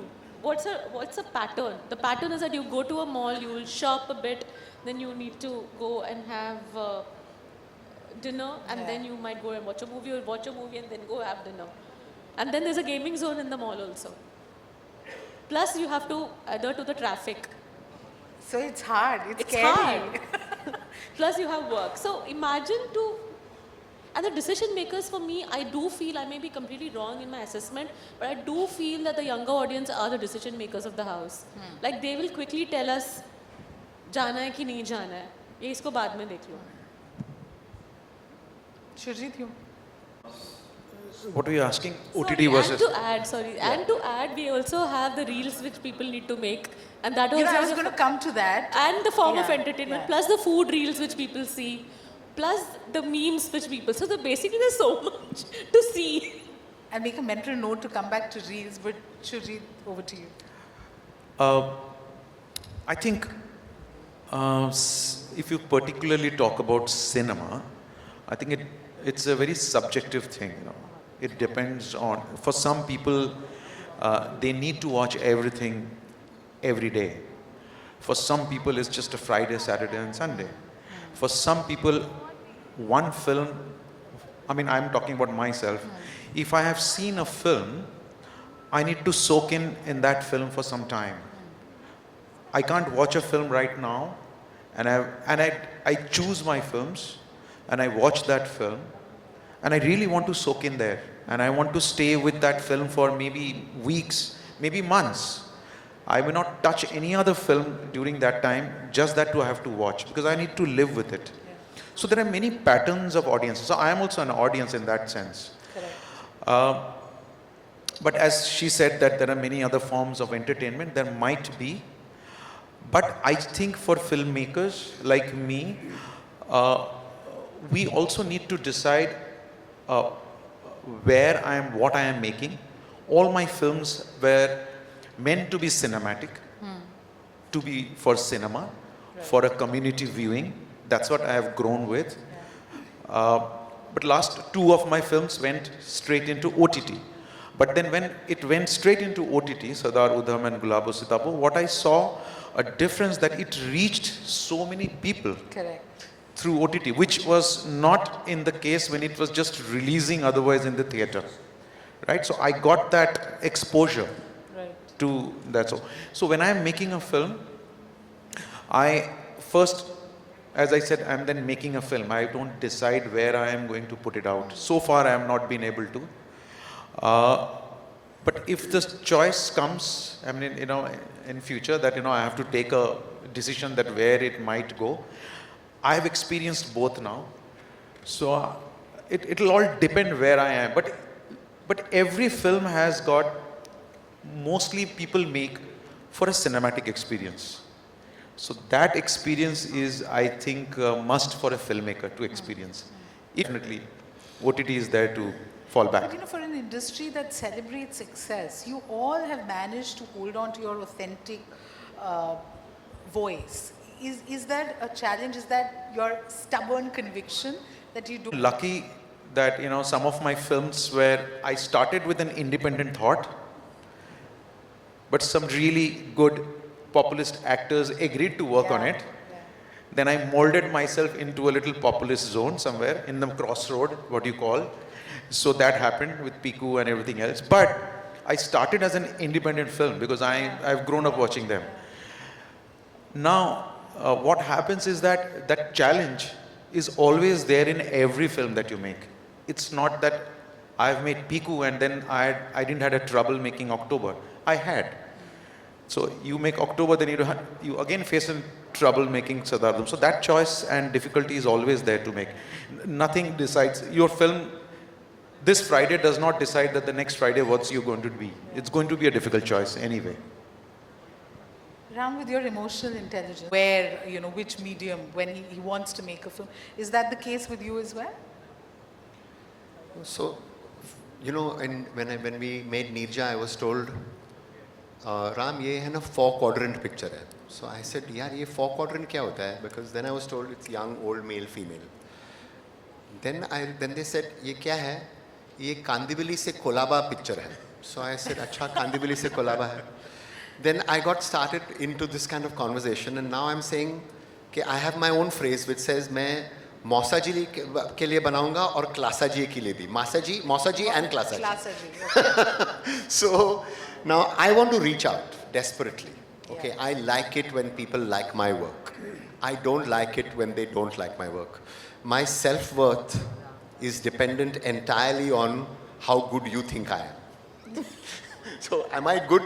No, you're bad. Why am I bad? Because you told me I'm bad. Acha, then, in this business, if I make something that I liked, but you didn't like it, or 99% of people didn't like it, does that make my work bad? And we're in the business of wanting validation. And that validation sometimes is commercial, sometimes it's critical.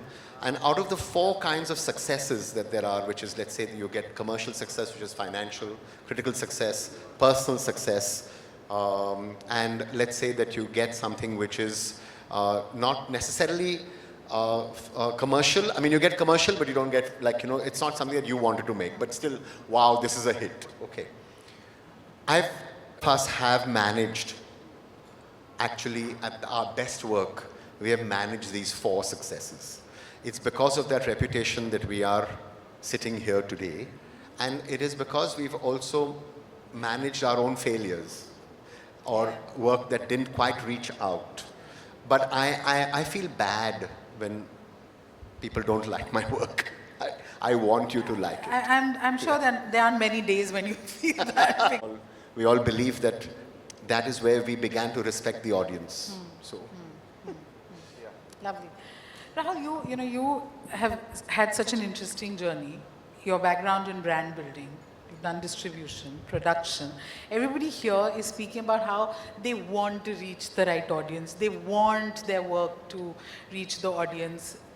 His self-worth is dependent on how much they like what they make. Yeah, like I keep saying, is the measure of my worth that I went for a walk, or is the measure of my worth the work that I do? Yeah. So how important is then not just finding the right audience, but to be able to market your film in a way that people take notice? Is that something that now, do filmmakers now need to think like entrepreneurs, where they also have to understand the business side of how things work? See, I think cinema is, as we all know, is 50% creativity and 50% business. So, and the balance of that is something that all of us aspire for. Marrying good content to box office success. That's the mantra which everybody looks for. Otherwise, you don't get to make your next film. Yes, exactly. It's as simple as that. You're dead. Yes. First, I've just done a virtual reality experience on AI, which is a 5-minute short film on Bhagavad Gita, which was done on AI because in this attention deficit economy, what better way but for you to immerse yourself in a VR experience. And at Ram Madhwani Films and Equinox, we are embracing it, okay? Because I'm finding it useful, and to me, it's just another technology. And at some point, I'm hoping that we'll get an AI sentient being on stage with us, who will be then talking about how is it that you humans, and therefore, and then we'll become, instead of racists, we'll become speciesists, that we don't like the species. I think there's a short film idea right there. But, yeah, there's a film there. On AI, I think enough has been said, A lot of discussions are already on the platform and everywhere. So I have nothing to add there. We have no choice but to live nothing with to it. add there. It's as whatever he said, it's he's embracing it. So we all, seeing where we can option. find. The internet was the first time when we said, oh, what is the internet? Now 25 years later, whatever, everybody's saying, oh, what is AI? Yeah, I think it's a matter of getting used to it. So to move with the times and stay updated. I think coexistence will be an important part of AI and AI. I'm also AI. So AI and AI has to coexist. But the one thing which I do know is that technology has always been a part of our lives from the longest time, whether it started... In fact, the root word of the word technology is from techne, which means art. It's a Greek word. Techne means art. Yeah. So we better embrace it. Yeah, so it is about how, it's not about it's there now, what's going to happen. It's about how we embrace it, coexist with it, and how do we know how to use it. The most important thing is to how to use it in the right way for us to coexist with it. So if I can use AI to help me visualize something which I cannot go and shoot at that point of time. There was a time when we used to illustrate that. Right? We used to storyboard it. We used to storyboard it because we needed to show that this is how it can happen. But now, instead of storyboarding, which we do the same thing, but instead of drawing, we do it in AI. But in doing it in AI also, you need illustrators and artists to put the right command and to understand shade and light and to understand how things will move, to understand camera work. They're called prompt engineers. Prompt engineers, To right? have the right prompt. To have the right prompt. So if it is about how to use it in the right way. But the one thing which I'm not sure, and I think Sujita and I had this discussion when we were in Australia, in Sydney, Melbourne, sorry, was that as a filmmaker, as a storyteller, I have a voice. I forget everything else, but when the character and the director is standing in front, it is like me talking to you, and there is something called an emotion, there's something called taking out an emotion. That it's like looking at a photograph and feeling whether there is a photograph of rain and imagining the fragrance of rain. Will AI be able to do that is my big question mark. Maybe a few years later, but for the moment, I'm happy that one thing which maybe is still strong with me is taking out performances and taking out emotions out of characters, or out of actors. Right. If that also can be automated, but how much can it be automated? The only thing is on AI, the ethics and the legalities, that's going to take a lot of time. It's going to be recalibration. मुझे लगता है legalities will be very difficult to figure out. It will be individual and subjective basis पे होगा, because it can't be general legalities. हो नहीं सकता उस पे. And I'm also very happy that platforms do take a stance, like when we are presenting things, or even when we are presenting our ideas. The criteria is that directors cannot use AI to showcase look, feel and everything. So you can show photographic images or something, but not to use AI. So I think that's a good step to understand, because it's not, we are almost clashing with our own ideas there. So where is my idea as a maker? Yes, sure. I was talking 3-4 days back, because this is a good platform, Ficci, and we are talking about how to get the audience in and make them watch films. So when I passed out of college and struggling, in Kolkata, there were cinema theaters like Empire and Globe. So in the lobby, they had a bar. So I would go in, take one drink, into the theater, watch the film. In the interval, I come out, another drink. I go see the second half, come back, another drink, and discussing the film, we go back home. So I think in Ficci, I tell them, please get a bar in the film lobby. I think a lot of See, people.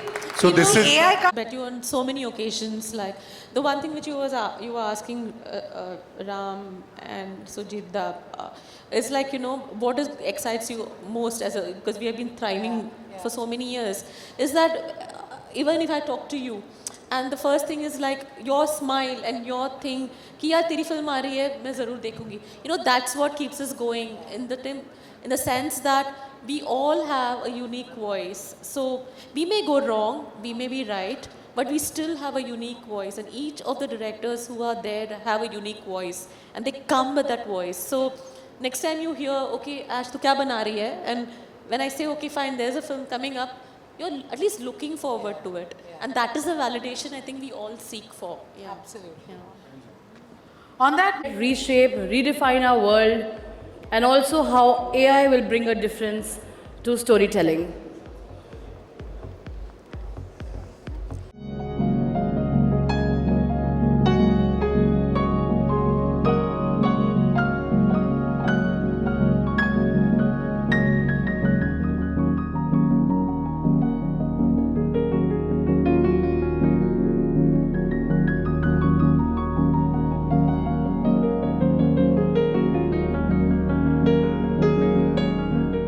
thank you for putting in the hard yards and sticking around for this last session of the night.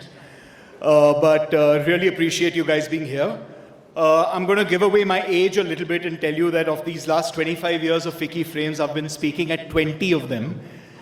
And so, I do want to dispense with a few of the niceties that we usually get into around, I know our topic is platform shifts, uncharted stories, new frontiers of creativity and distribution. And I don't want to get into too deep into the topic because we've got a panel coming in after this. What I really do want to talk about is something that we probably don't often get the chance to do, which is zoom out a little bit and look at things from a longer term perspective and talk a little bit about the things that might be coming up in 2 to 3 to 5 years that we need to be prepared for. And in that context, I'm going to quote a strange person, but this is a quote that stayed with me. This was during the Iraq War, and Donald Rumsfeld, who was the US Secretary of Defense at that time, made a quote about something to do with the war, which obviously was a disastrous decision, etc., and we know the history there. But he spoke about the fact that there are known knowns, these are things that we know. We also know that there are known unknowns. That is to say, there are some things that we do not know, but we know that we do not know them. But there are also unknown unknowns, the ones that we don't know that we don't know. And if one looks throughout the history of our country and other free countries, it is the latter category that tend to be the difficult ones. Now, there's no way of knowing what we don't know, or knowing that we don't know what we don't know, and I'm not going to confuse you any further with that. But I thought that in this time of flux and uncertainty, when we're all talking about shifts all around us, right? Our topic is platform shifts, uncharted stories. The very topic gives you a sense that there's a little bit of a sense in our industry, which I at least haven't felt for a long time, which is that we're in uncharted waters. The platforms are changing, the distribution models are changing, the audience is changing, this new technology, AI is coming in, which we now know that we're not going to be fully capable of handling and having in our control. It'll grow in ways that we have no idea about. And so there is a certain amount of trepidation amongst people around where is all this going. So I just wanted to go over some of the known knowns, right? Things that we know that we know. Digital is now central to our lives, and there's no doubt about that. And within India, AVOD dominates, which is the advertising video on demand model. SVOD is definitely growing, but we know that unlike many other developed countries in the world, we are an advertiser-driven model, not a subscription-driven model. And digital is growing by leaps and bounds. Regionalization has increased to a large extent where today you always had the southern film industries being very strong. But today, at least in India, you've got very, very strong regional markets that have business models unto themselves completely, a creative ecosystem that is completely unique to them, and ways of doing business that are also quite unique to them, despite the fact that now you've got large global players coming in and working across geographies. Social media is pretty much ubiquitous, and we are all living in parallel content universes. Each one of us as an audience is living in our own, echo chamber, which is driven by an algorithm understanding of who we are as people, and therefore is feeding us content that if you look at the social media feed of even your closest friend, it'll be nothing like yours because you're being fed what you have been shown to like, right? So I think increasingly, we are living in very, very fragmented content universes, each of us independently, and we're actually curating that content based on the things that we gravitate towards. The theatrical experience, which after COVID was under threat and people were talking about our theaters ever coming back, etc., is very, very much in existence. Yes, it will take a little while and it will take a little more thought from people to figure out what it is that audiences really want to watch in a theatrical space. But just going by the last couple of years, you've got, in fact, in the last few months, I'd say, you've had Sayyara, you've had Mahavatar Narsimha, and you've had a Japanese anime film called Demon Slayer. All completely wildly different films doing spectacularly well at the box office, right? And that actually tells you that if you give audiences something compelling, something unique, something differentiated, they will come to watch. Streaming dominance, obviously, around the world. When you just look at 7 to 10 years ago, streaming was something that was still in its infancy. Today, it pretty much is dominating. I know we had a panel right now about the linear model, and I know India is quite different when it comes to linear. But there is a sense overall, just looked at in the global sweep of things, that linear is declining and streaming is growing. And that just is because of the preponderance of the consumer convenience that streaming gives you. You will be going towards streaming. But in India, it is hybrid viewing right now.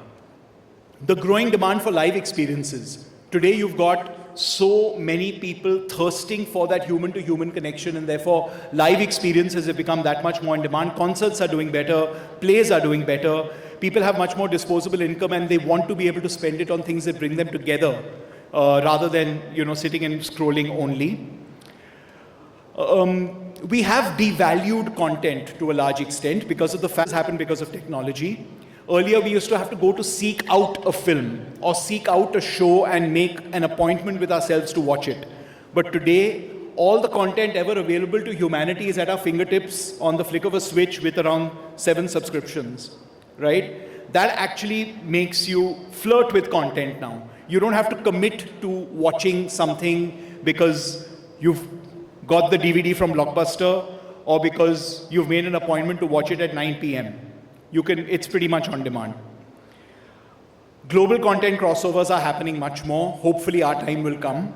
You've had the Squid Games and the Parasites, etc. happening much, much more, especially from the Far East. Consolidation is happening at the corporate level. I was just talking to Arjun about that, and the fact that in the US there's been massive consolidation. There's been massive consolidation here in India as well. So you will increasingly have many fewer players being the gatekeepers to the media and entertainment ecosystem. And that with the dichotomy of the fact that today every single person is also a content creator. So your gatekeepers are fewer, but actually each individual person is a curator and a creator of content also at the same time. And whether we like it or not, content sensitivity is heightened. And here I'd say we're not alone. It's happening around the world. When you look at Jimmy Kimmel in the US, that would never have happened a few years ago. When you look at the fact that we also have to be that much more cognizant because both politically as well as culturally today, there are sensitivities that whether we like it or not, we have to be cognizant of. Now, I've just rattled off a bunch of stuff, of a list of things that we know, and we know these things. What are the known unknowns? What are the things that we know we don't know? AI. We're definitely going to be using it. We're going to be harnessing it. We're going to be getting costs down. We're going to be making things more efficient. All those things are going to be happening. But there was a firm that just launched an AI actress the other day, which has created a furor in Hollywood. And today it's a furor, and tomorrow it's the way things are done, right? It's not something that we're going to be able to run away from. It is the reality of the future. What I guess we definitely don't know is how audiences are going to react to this. How much they're going to demand authenticity and reality versus an AI-created, piece of content, and whether that is going to be a differentiator or not, we don't know. Are they ever going to come in? Are there going to be regulations that have some teeth that come in? There are moral and there are ethical issues that are a dime a dozen today when it comes to music, when it comes to character rights, when it comes to world creation, when it comes to all kinds of things. But how active are governments going to be going forward to be able to actually put those regulations into force? And has the bird already flown the coop? Is it already too late? We don't know. Which content formats will survive? If you told someone 15 years ago that a thing called a DVD will not exist, they would have laughed at you, right? There's a whole home video industry that's just been decimated before our eyes in the last few years. Today, things that we take for granted might not actually be around 5 or 7 years later. We have no idea. How much will Indians be willing to pay for OTT subscriptions beyond a point? What is the depth to which we will be able to go in terms of getting people to pay for content? We've been famously unhappy paying for content, right? We're not a nation that enjoys paying for content. We much prefer getting our content free, and today there are many AVOD ways for that to happen. How much will the SVOD market grow? That's another thing that we don't know. And what role will emerging markets like India, Africa, and the rest of East Asia have in the future? Will we be the dominant creative forces 20, 30, 40 years down the line? And I'm just quickly going to go over the unknown unknowns because this is something that we have no clue about. Will there be new creative mediums altogether? Streaming didn't exist a few years ago, and today we can't imagine life without it. Will there be something completely new? Will there be neural and sensory experiences through which you consume, content in the future that we don't even, understand today? Will there be a collapse of trust in AI content? AI right now is something that is the buzzword, but are people going to feel like, okay, we don't want to consume AI because we want real experiences? Again, this might be partially wishful thinking, but who knows? That could happen, right? Will there be an unforeseen platform collapse? Will there be a complete shift in audiences culturally away from technology as a reverse sort of reaction to their lives being inundated with technology today? Will that happen in the future? And so, given all these factors of that actually denote the flux that we're in right now, here are a few things that I think that we can do going forward. Double down on content creation, focus on who we are, what we know to do best. And I know it sounds like a bit of a cliche, but it's a cliche because it's true that any format you talk about, from a long form series format to a theatrical format, to a microdrama, to a short film, to a reel, what unites them all? Great material. What is the one thing that gets something to go viral on any of these formats? Something great in terms of content. And I think as content creators, as a content creator community, the best that we can do is just create good stuff and hopefully find the right format for it, and the audiences will come. Embrace AI as an aid rather than a replacement. Find ways in which it can help us cut costs, find ways in which it can help us move forward in terms of taking our narrative to the next level, faster, cheaper, but without compromising on authenticity. Self-regulate, build our own guardrails around that. Invest in building audience intelligence, trying to understand who our audience really is rather than thinking of them as monolithic groups of people, the elder audience, the youth audience, the Gen Z audience. Today, because they're so fragmented and living in their own content ecosystems, they're very, very different subcultures within each one, and understanding them. And protect our IP, because going forward, that's what's being used to create the learning for all these new technological tools that we're having to face in the future. So again, given all the knowns and the unknowns that I've spoken about, the most famous line about knowledge in the entertainment industry was William Goldman's line about nobody really knows anything. So I'm going to end with that and say, let's go forward and embrace the future with a healthy sense of, knowing that nothing is forever, but at the same time just putting ourselves down and saying, we will make great stuff and audiences will come. Thank you.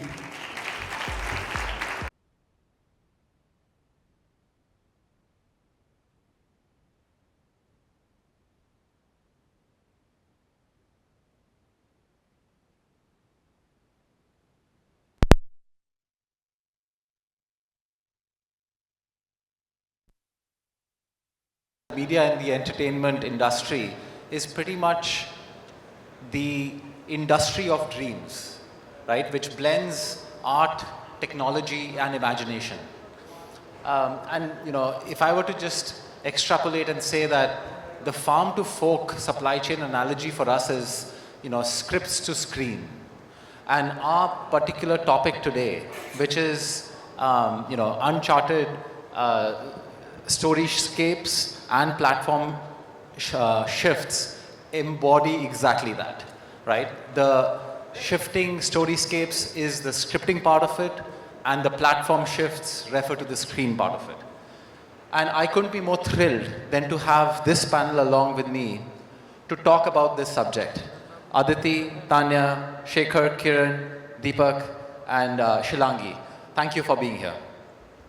Deepak, if I were to start off with you, you've literally been churning out loved content. You're known as the reality king, whether you like that moniker or not. But you've been creating a lot for television and of late a lot for OTT platforms. Do you see a difference between what gets created and consumed for either of these mediums? Thank you. First and foremost, it's like past 7 o'clock. Congratulations, everybody's still at it. well done, GeoStar and Ficci. It's really commendable.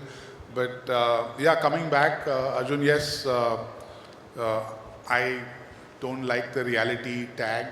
It's very doesn't feel something that I had envisioned at when we started. But yes, we do create a lot of reality content. But in this evolving world, we are also trying to figure what's the next format, what's the next story, which platform, linear, TV. Of course, there's a lot of I would say interesting confusion out there, and in that interesting confusion, we find the method to really land the next big show, series, story, or a format. So for us, the process is, I would say, our last show has to be very different from the next show. So that's what our little method to this madness is, that that try and aim at keeping the development slate as varied, so that we are constantly on our toes, and we are trying to trying to innovate and trying to build the new the shows or the new stories. And do you think that the shows that you create for television and OTT, are they different in character, or they tend to be the same? The audiences are overlapping and they consume similar shows despite the medium. Well, 3 years we've now evolved in a very hybrid model, right? I mean, we never thought this is going to be so hybrid. We thought there's going to be linear TV, and this is going to be SVOD, and now there's AVOD, there's the regional side of the world as well. So obviously things have evolved. I don't think this was designed or this was imagined in that manner. But a bunch of our shows that we produced, case in point being Big Brother, Big Boss, runs on digital first. It runs on TV right after digital, does supremely well on both. It explodes on social media right after the digital broadcast. So it's getting consumed in a manner that everybody is trying to get a piece of that action. So it's great. So in this evolving world, I don't think we can now really try and create content in a manner that this is going to go to SVOD or this is going to go to linear or in that manner. We obviously start the process by saying, let's try and put a great story, let's try and organize a great team around it, and let's then find the right partner to go. Got it. So, of script or uncharted storyscapes, Tanya, I'll bring you in over here. Netflix has been creating some marquee programming in the country. You've been at the forefront of leading those efforts. It's also given a voice to indie filmmakers, indie short form as well as long form scripted dramas. Do you see that there is a strategy behind this that you are following, or is it a little bit of an evolving, wing it as you go plan right now underway? I wouldn't really call it winging it, but I think we're intentional about the innovation. I don't think innovation is optional anymore. I think the audiences are evolving so fast. I mean, just before this, we were talking about AI coming and changing the game. And I think AI comes secondary to the audience and their taste. Their taste evolves given the the options available. So is it possible for us to really stick to a model, or really should the model be innovation? And I think that's the true North Star, because just like your moods change, your content preferences change, your mode of consumption changes, to Deepak's point, and then how can you really have a one-size-fits-all approach? So whether it's, experienced voices who bring, a real gravity like Black Warren brought with Vikram's, vision. Similarly, like, the newest sort of voice on the block is Aryan Khan's with Bads, and that's really, I think, created a large cultural moment. I think whether it's, a 1 hour, episode, or a half an hour Mamla Legal Hai comedy experience, or a 1 hour Kapil Sharma episode, I think the experience is for the audience to choose. I think that the true sort of testimony to the diversification of the audience is to really go after these micro groups, or whatever size they may be, and I think that affinity to their content taste, to really giving them those options, provides love, provides connection for a brand, for content, and that is the true North Star for us. So we're intentional and extremely strategic about that. Excellent. Thank you for articulating that. And it just... That I don't know if audiences look at it like that. I don't know if they come to a platform and say, I go to one place for just this. Like even the migration of stores to malls is because you really do want everything everywhere. So why must you come to Netflix and only expect a kind of content? We've always said, India is our audience. There is no Netflix audience. So from India, what is it that we're really catering to and what's the outlook? That's really the true North Star for us. True, and that kind of segues well into platforms, right? If India is your audience, you want to make sure the platform that is bring you in over here. You've created content and championed a lot of independent, cinema. OTT platforms have definitely given a platform to amplify that, make it more accessible than what screens would have been able to give. Considering they're underserved, considering that these are not high, decibel blockbusters, you would just not, get barely any slots over there. Do you think regional independent storytelling now finds, more audiences, more visibility off the back of, the OTT platforms and, kind of the genie's out of the bottle? That is purely where you as an independent, and you speaking for the cohort of independent producers, prefer as the first port of call to release your productions? I do believe that streaming has been responsible for us discovering all the cinemas of our country. Where we would otherwise hear of these films, there was never a way to actually watch them. And I think they've done a huge service in connecting the industries of the country. And we now know that the best cinema from across the country will find a home that you can then finally discover on streaming. I have a point of view that is perhaps debatable, but I do think what that has done is that it's made us all so much more literate and aware of regional films that we now are looking to go out and watch them in cinemas. I think cinema footfalls have risen as a result for many, many regional films as a result of OTT. So it's, I don't think that they would necessarily always be the first port of call, depending on the kind of film they are, whether they do see theatrical as a potential and a possibility. And we do know now that there are films that are more sort of natively theatrical films than not. And those films, I think, will continue to go to cinemas. But certainly for smaller and independent filmmakers, streamers are the great big hope. We do hope to be able to find a place on any of the big streaming networks because this is, otherwise the cost of getting to a cinema is prohibitive, to reaching your audience, to actually marketing to that audience is prohibitive, and you do know that here you have a showcase that the whole world is looking at and has access to. So I do think that both actually play a part. Yeah, you recently had one huge blockbuster film go to YouTube first. We're not asking for statistics over here.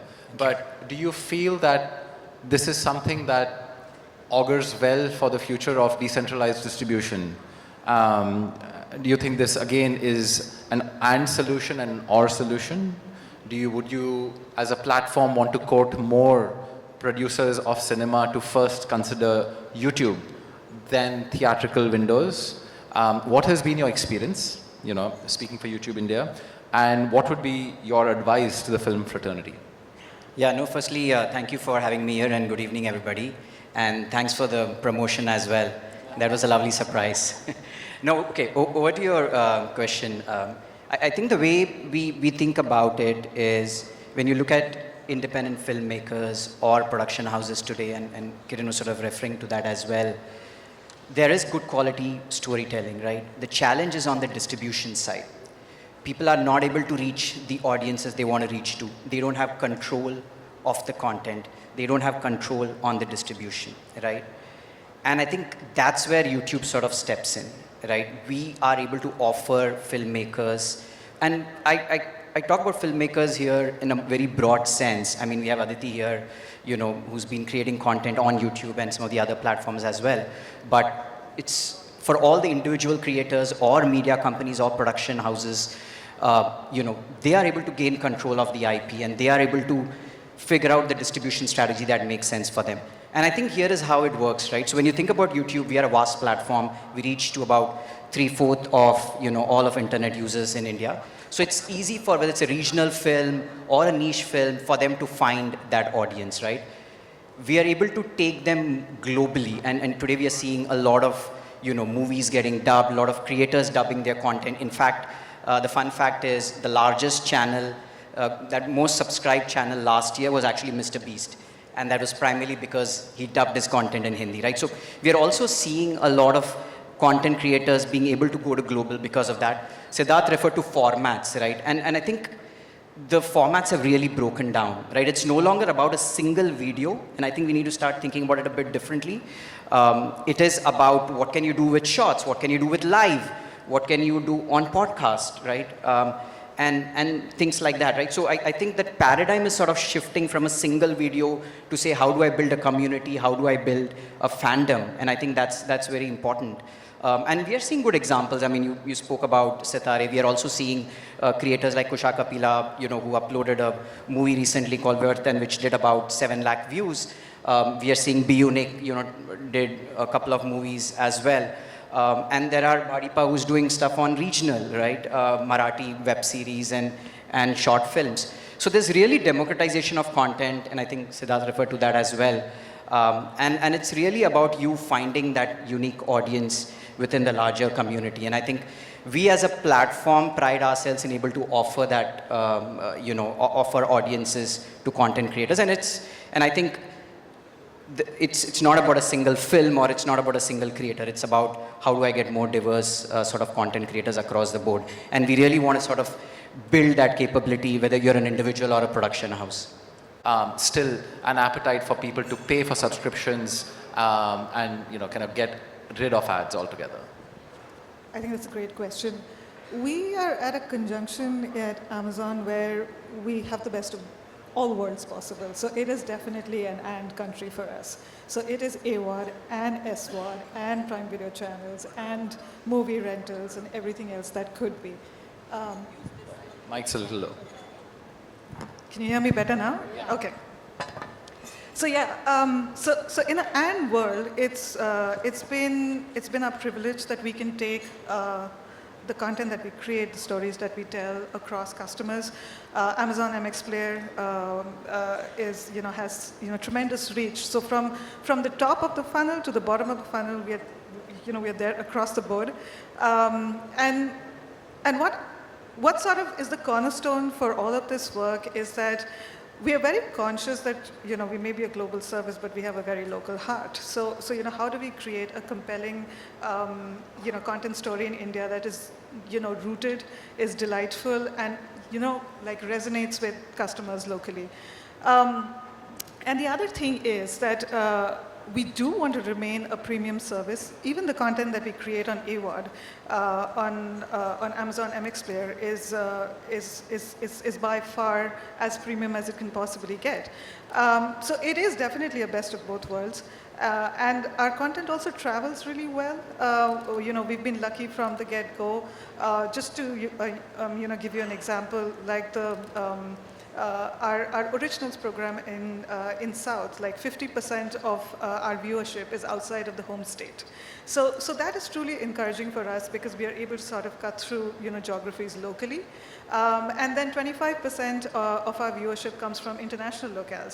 So it's not only going deep into India, but it's also traveling outside of India. Yeah. Thanks, Shilangi. And Aditi, YouTube has really been undoubtedly one of the path-breaking platforms to give a voice to independent creators, right? So that's great to hear. Kiran. I want to take a leaf from from Sid's book, where he said, people are now interested to spend time with each other. The world is this very strange place at the moment. There's there's so much uncertainty, there's, a sense of not knowing what's going to come, whether it's AI, whether it's innovations of different kinds. whether people are going to lose their jobs, there's wars, there's all kinds of things. And I think what we do in creating visual art is we create spaces for people to come together. And I really do believe people want to spend time together, whether it's, like he said, whether it's watching a play or watching live comedy or it's watching a film. These are experiences people are looking for, and you can see that in the theatrical numbers of some films. What in my wish list is, I think streaming is fine, it's just only going to get better and healthier.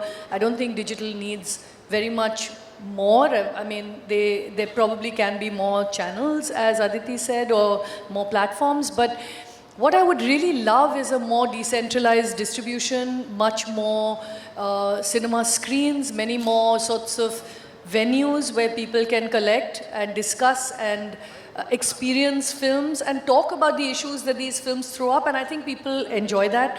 And I think there's a business case to be made for much more decentralized theatrical distribution and smaller, more affordable cinemas across the country. We are, as you said, one of the most under-screened populations, and there's a big gap there that we should fill. I think cinema really needs it. We have so many people, so many stories from across the country that never make it because of these bottlenecks in both theatrical distribution as well as OTT. So my dream would be to have many, many, many more such screening venues.